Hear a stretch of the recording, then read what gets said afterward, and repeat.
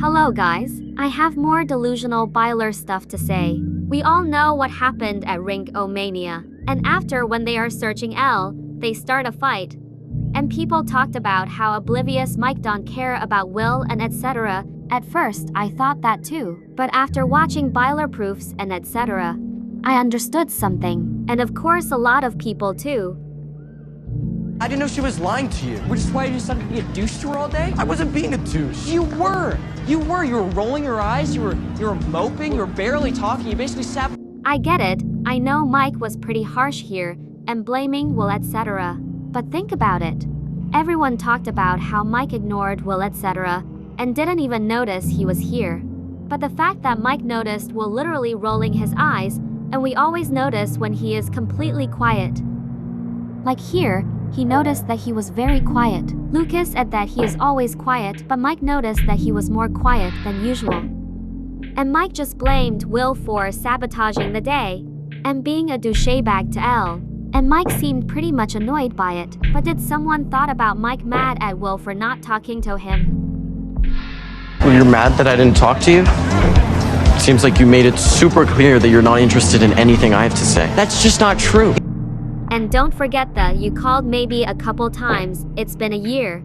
In Elle's letter, she talked about Joyce having a new job, and she get to work at home. Joyce is always using the phone. Quick note before I put the others clips, I don't have Netflix on my phone, so the recording are from my TV.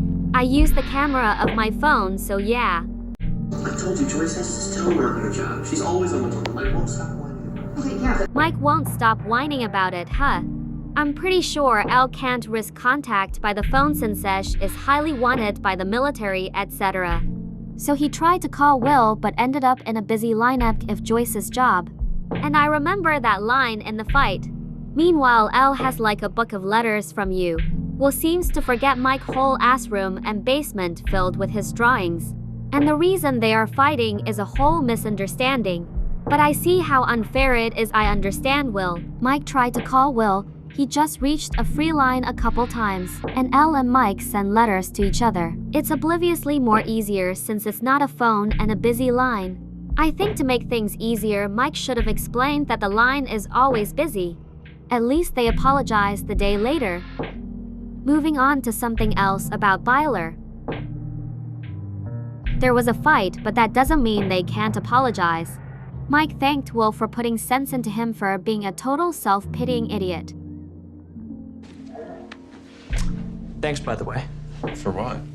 For knocking some sense into me. I mean, I was being a total self-pitying idiot. I didn't say it. You didn't have to. And what makes me annoyed is that Will deserved better than Mike, like sorry no.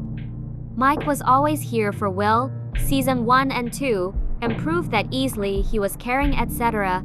Mike is basically one of the only person Will love. And seriously, people are mad at Mike for treating Will like shit. Sorry no, Mike definitely don't treat him like shit. Fight happen. It's human. It's normal.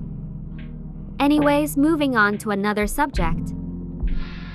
We all know Will's painting was from Mike since the beginning. But Mike didn't knew and Elle either. Maybe Jonathan knew, but I don't think he realized it before. And when said, I think there is someone he likes, maybe it is for a girl. Maybe Mike was a bit upset about it, I don't know. But that's maybe the reason of why they were so awkward at the beginning. But I feel like Mike have something for Will, I don't know. Maybe only 10%, but there's definitely something. Maybe internalized homophobia. A lot of people suspected it, and it's kinda oblivious. Okay, look at that. Yeah, I mean, Elle asked me to. She commissioned it, basically. I mean, she told me what to draw. Will, Mike literally got a letter from Elle, and in that letter it says that she don't know what you're painting BC you don't want to show her. And plus, y'all know about D&D stuff. She definitely don't. Well, Mike definitely knows that you're lying, just like Jonathan does. That's maybe why Mike's smile faded, or the second option of Mike's smile fading is the fact that it was commissioned by 11. Or third option, Mike is just too oblivious. And I'm pretty much mad at people who says that Mike didn't even ask what was wrong with Will when he was watching the window but actually crying, but in Mike's vision he isn't. And I'm tired of people making that joke of Will's haircut, etc., and that's why he is crying. Just imagine the little Timmy who loves his bowl cut and see that people make fun of Will's haircut without being offensive. Anyways, that was out of context, let's move on. A lot of people can't accept the fact that Will is gay and in love with Mike even if it's confirmed and oblivious since season 1. And they keep saying that he just misses his friendship. Like, yeah, he misses his friendship and stuff, but he is also in the closet and deeply in love with his best friend. And plus, it's the 80s, it's literally almost dangerous to yourself to try to come out. It's a big risk and you really need to trust the person you're coming out to. And this was the main reason of why he was bullied all over his elementary or middle school, for his interests that are different than what's normal.